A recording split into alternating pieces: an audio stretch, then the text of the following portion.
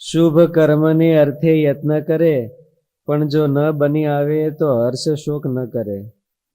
શુભ કર્મમાં પ્રયત્ન કરવાનો પૂરો, પણ ન બની આવે તો પછી ભગવાનની ઈચ્છા રાખવી.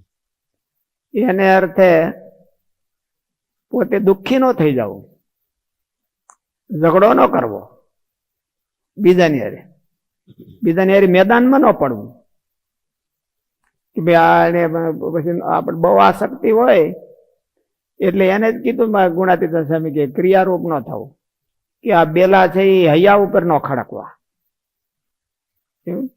ગુણાતીત સ્વામી કીધું છે કે બેલા છે એ દિવાલ ઉપર જ ખડકાય, હૈયા ઉપર ન ખડકાવાનું. એમ આપણે તો બેલા તો નથી એવું કોઈ ખડકતા, પણ આવું બધું ખડકતા હોઈએ. એટલે શુભ ક્રિયા કરવાની પૂરો પ્રયત્ન કરવાનો, 100% પ્રયત્ન કરવાનો. પુરુષાર્થ તો બહુ જ કરવાનો, 100% એ નહીં, થોડોક વધારે કરવાનો. પણ ન થાય તો કોચવાઈ ન જવું, ઊંધા ન વળી જવું, બીજો પ્રયત્ન કરવાનો, મહારાજને સંભાળીને કરવાનો, તો બહુ વાંધો ન આવે. નહીં તો વાંધો આવી જાય. શુભ ક્રિયા હોય, શુભ સેવા હોય તો એમ થાય કે છૂટી જશે તો ભગવાનની સેવા ન થાય. તો એવી જે બીક રહે છે એ ખામી ગણાય કે એવો ડર રે એ ખામી ગણાય કે એને અમુકની ચિંતા કરી કહેવાય. એની એ બધું સારી વસ્તુની ચિંતા તો કરવાની જ હોય ને. મારો મોક્ષ થાય કે નહીં, મારો મોક્ષ થાય અને બગડી ન જાય એવી ચિંતા તો કરવાની જ હોય. શાસ્ત્રીજી મહારાજ એવું સતત કહેતા કે હું મારા હૃદય હું સતત જોતો રહું કે ભૂલતો નથી ને, ભૂલતો નથી ને, ભૂલતો નથી ને. તો એ તો સાવધાની કહેવાય. મારો મોક્ષ બગડી ન જાય ને, રખે ને બગડી જાય તો એ ધ્યાન તો રાખવું જોઈએ. નકર તો ક્યારે બગડી જાય શું ખબર પડે, પણ ધ્યાન રાખે તો બહુ ન વાંધો. એટલે શુભ ક્રિયા તો કરે, એનું જતન પણ કરે, પણ બંધાય નહીં. એટલે તો આ સાધુના લક્ષણમાં ગીતામાં ભગવાન એવું કીધું, બોલું મુક્ત સંગા, અનહમવાદી, ધૃત્યુત્સાહ સમન્વિતા, સિદ્ધ્ય સિદ્ધ્યો નિર્વિકાર, લાભા લાભો જયા જયો. એમાં નિર્વિકાર રહેતા એને શીખવું જોઈએ. તે પલોઠી વાળીને બેહી પણ ન જવું જોઈએ. ભગવાનને રાજી કરવાના માર્ગમાં એમ ભગવાનને રાજી કરવા માટે કાંઈક ઉદ્યમ કરવો જોઈએ. ભગવાનને રાજી કરવા માટે નવરું થઈને બેહી ન જવું. શાસ્ત્રીજી મહારાજ એ જુનાગઢ રાધારમણ દેવના મંદિરમાં મંદિર મહંત હતા, તો સ્વામીએ મંદિરની ઘણી સમૃદ્ધિ બધું વધાર્યું હતું. બધું એમ એકદમ સ્વામીના તો આયોજનો એવા હોય એટલે ખૂબ કીર્તિ અને સમૃદ્ધિ વધારી હતી. પણ તો એ પૂરું ન થયું તો કે જાઓ તો માણસને વહમું કેટલું લાગે. એમ તો આપણે બહુ વાંધો નથી, પણ નગર તમે જ ડેવલપ કર્યું હોય બેંગ્લોર ને બહુ, તો પછી તમને એમ કાન પકડીને કે ભાઈ તમે હાલો બીડરમાં બેહો કે રાયપુરમાં બેહો, તો વહમું કેટલું લાગે. પોતે જેમાં લોહી રેડીને કર્યું હોય અને એને વહમું કેવું લાગે, તો એ વહમું ન લાગે. બીજું કર્યું જો એમાં પછી આ બીજું કર્યું. નકર સ્વામી તો ભજન એ બેહીને કરી શકતા હતા. એટલે ભગવાનની ઈચ્છા માનવાનું. બીજું શું, આપણા જયારે હાથ પૂગે નહીં અને આપણે પ્રયત્ન તો શુભ ક્રિયામાં કરવાનો, પણ હાથ ન પૂગે તો પછી ભગવાનની ઈચ્છા એમ જાણવાનું. પણ કોચવાય અને હાવ ઓલો થઈ જાય તો એ પછી બીજી ટાઈમમાં ભગવાનને રાજી ન કરી શકે. એટલા માટે ધૃત્યુત્સાહ સમન્વિતા, સિદ્ધ્ય સિદ્ધ્યો નિર્વિકાર, લાભા લાભો જયા જયો. સુખ દુઃખે સમય કૃત્વા લાભા લાભો જયા જયો. પછી તતો યુદ્ધા યુજ્યસે પાપમ વાપસે. તતો યુદ્ધા યુજ્યસે. જીતવું કે હારવું એ તો ભગવાનના હાથમાં છે, પણ યુદ્ધ કરવું એ તારા હાથમાં છે. એટલે આપણે એવું નથી, આપણે યુદ્ધ કરવું એ આપણા હાથમાં એવું નથી. આપણે પુરુષાર્થ કરવો એ આપણા હાથમાં. આપણે યુદ્ધ કરવાની પ્રેરણા નથી લેવાની બહુ, કે નહીં તો હમણાં કાંઈ નથી તો આપણે ક્યાં યુદ્ધ કરશું, કોની હારે કરશું. એ સમયમાં સ્વામી એ સમયમાં કે પુરુષાર્થ કરીને પછી રિઝલ્ટ આવવાનું હોય, એ રિઝલ્ટ સક્સેસ આવે કે ફેલિયર આવે, તો એ સમયે થોડુંક એનાલિસિસ તો કરવું પડે કે રિઝલ્ટ છે એ જ ઇન્ડિકેટર છે પુરુષાર્થનું. તો રિઝલ્ટ છે એ પુરુષાર્થનું ઇન્ડિકેશન તો રિઝલ્ટ કરે છે, રાઈટ. તો હવે આમાં એવું આવ્યું કે ફેલિયર થાય તો કોચવાઈ ન જાવ, પણ એનાલિસિસ તો કરવું પડે. એમાં એનો અર્થ એવો છે કે તમે કાર્યને ટાર્ગેટ માન્યું છે કે ભગવાનને ટાર્ગેટ માન્યો છે. દાખલા તરીકે તમે સેવા કરો છો, તો એ સેવાને 100% પૂરી કરવાનું તમે ટાર્ગેટ માંડ્યો છે કે પછી ભગવાન એ સેવા કરીને ભગવાનને રાજી કરવા માટે ટાર્ગેટ માંડ્યો છે?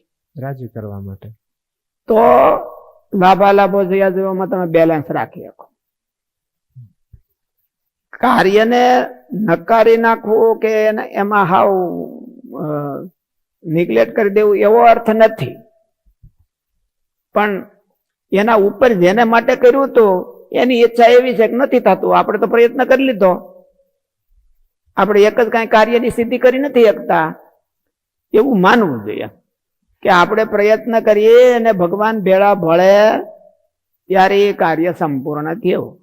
આપણા પ્રયત્નમાં કાંઈ ખામી ન હોય અને તો પણ પરિણામ ન આવે તો એમ માનવાનું કે ભગવાનની ઈચ્છા છે, બીજું શું. અને બીજું કરવાનું શું, આપણે કરી શું એક, બીજું તો કઈ કરી ન હોય કે આપણે જેટલું કરી શકતા હોય એટલું તો આપણે કર્યું હોય. આપણે જેટલું કરી શકતા હોય એટલું કર્યું ન હોય તો એને શોક કરવાની જરૂર કે મારું આ આપણે કર્યું નહીં, તેદી કર્યું નહીં ને અટાણે આને પરિણામ ભોગવવા પડે, તો એને શોક કરવાની જરૂર ખાલી. એ શોક કરવાની જરૂર તો નથી. ભગવાને એવું કીધું કે ફરી પાછો સુધારો કરીને વળગી જવાનું, પણ શોક ન કરવો.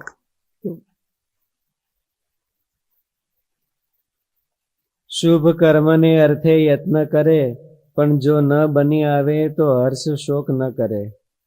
ભગવાનના ભક્તએ પોતાના દેહ, ઇન્દ્રિયો, મન શુભ કર્મમાં રોકી રાખવા. સતત રોકી રાખવા, એને દોડાવવા. શુભ કર્મમાં પાછી પાની ન કરવી, પુરુષાર્થ કરવામાં પાછી પાની ક્યારેય ન કરવી. પણ ક્યારેક પુરુષાર્થ સફળ ન થાય તો કોચવાઈ જવું એવું ન કરવું. સતત કરી રાખવું, બાજુ ફરી પાછું કરી રાખવું, સફળતા મળે. એક અમે નાના હતા ત્યારે એક કવિતા આવતી, કરતા જાળ કરોળિયો ભોંય પડી ગભરાય, વણ તૂટે લે તાતણે ઉપર ચડવા જાય. એવું એક સરસ કવિતા મારા ધારે દલપતરામની છે. દલપતરામને આવું બહુ ખૂબ.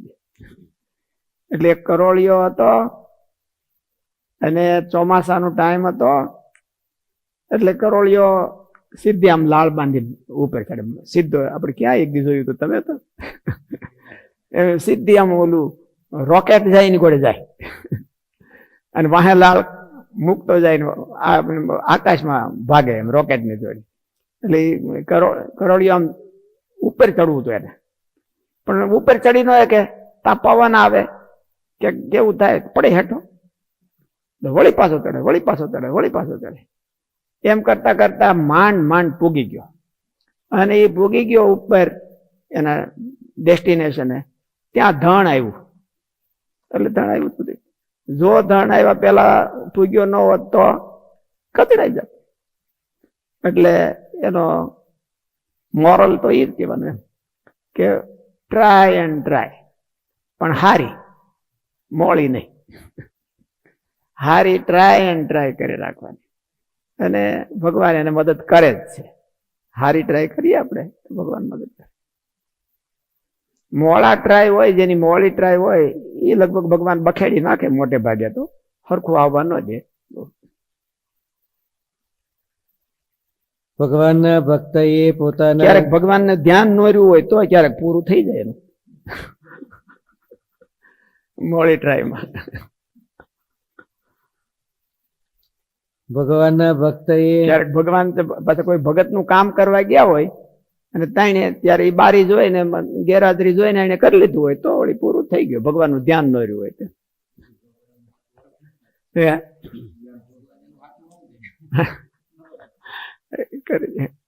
એટલે મોડી ટ્રાય નહીં કરવાની, હારી ટ્રાય કરવાની, પુરુષાર્થ હારો કરવાનો, ભગવાન રાજી થાય એવો કરવા. ભગવાનના ભક્તએ પોતાના દેહ, ઇન્દ્રિયો, મન શુભ કર્મમાં રોકી રાખવા, પણ નવરા ન રહેવા દેવા એવો શાસ્ત્રકારોનો સિદ્ધાંત છે. પરંતુ તેમાં પણ શુભ ક્રિયામાં પણ ક્રિયારૂપ ન થઈ જવું, પ્રયત્ન પૂરો ક્રિયારૂપ ન થઈ જવું. એનું કઈક ડેમેજ થયું તો આપણે ડેમેજ થઈ જાય એવું ન થયું. ગુણાતીતાનંદે કીધું આમ આ ટોળા ઉપાડે છે તો મરને ઉપાડે એક ઓછું ઉપાડે, પણ જો હારોહાર ભજન કરતા હોય અને હારોહાર અનુસંધાન મહારાજની મૂર્તિની સ્મૃતિ કરતા હોય તો ભલે ને, તો એને શાંતિ થાય. એટલે એવી ક્રિયા કરવાની, એવો પુરુષાર્થ કરવાનો કે સતત ભગવાન રાજી થાય એવું અનુસંધાન રહે અને ભગવાન રાજી થાય એવું ધ્યેય રહે, એટલે કરે તો પછી બહુ વાંધો ન આવે. ભગવાનની ઈચ્છાથી પૂર્ણ પરિણામ ન આવે, કાર્ય ન બની આવે તો પણ ભગવાનની ઈચ્છા સ્વીકાર કરીને હર્ષ શોક ન કરવો. ક્યારેક 100% પરિણામ ન આવે અને 80% જ આવે તો એ માણસ દુખાય બહુ જાય કે મચકોડાઈ જાય અને ઉત્સાહ ન રહે. એવું ન હોય. ઉત્સાહ કાર્યને જોઈન્ટ નહીં કરવાનો, ભગવાનને જોઈન્ટ કરવાનો.